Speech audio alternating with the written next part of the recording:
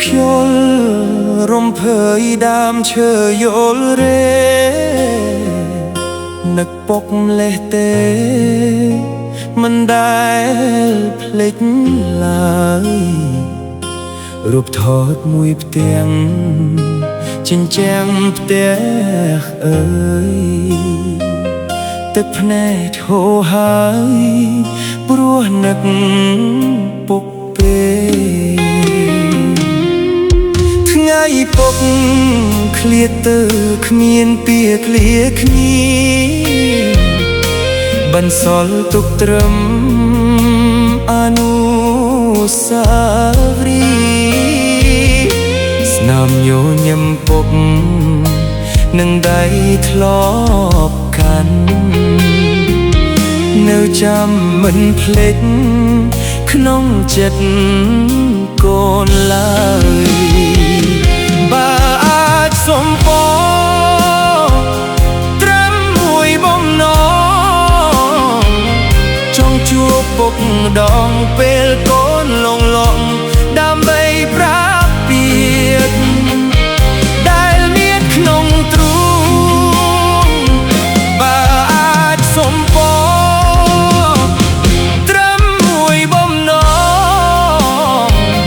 ចង់ជួបពុកម្ដងពេលកូនលងលងដើម្បីប្រាប់ពីកដែលមានក្នុងទ្រូងកូននឹកពុកណាស់នឹកដល់ថ្នាក់ស្រក់ទឹកភ្នែកកន្លងច្រើនឆ្នាំមិនដែលភ្លេចមុខដើរតាមដានជើងដែលពុកធ្លាប់ទុក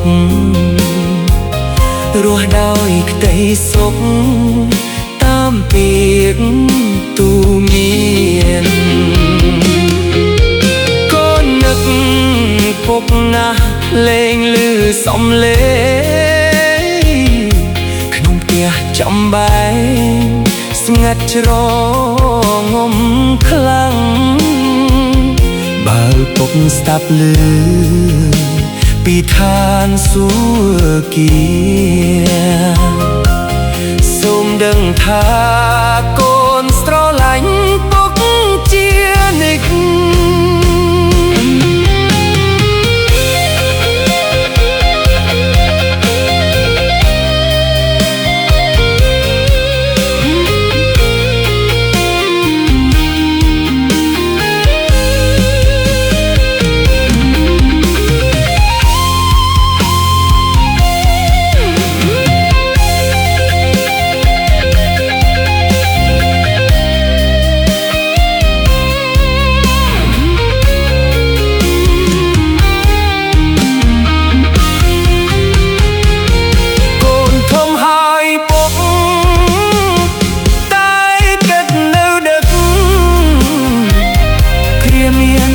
ព្រួយនឹកស្មា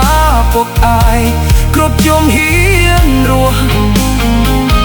ខំប្រឹងជានិច្ចមិនអើយពុកខបំណងកូនឡើយពេលទៅសំពេលនៅមុខភ្នំពុកមានការមួយបែកនឹងទឹកភ្នែកហូរប្រាប់ដល់វេហាថានឹកពុកណាសង្ឃឹមថ្ងៃមួយនឹងបានជួបគ្នា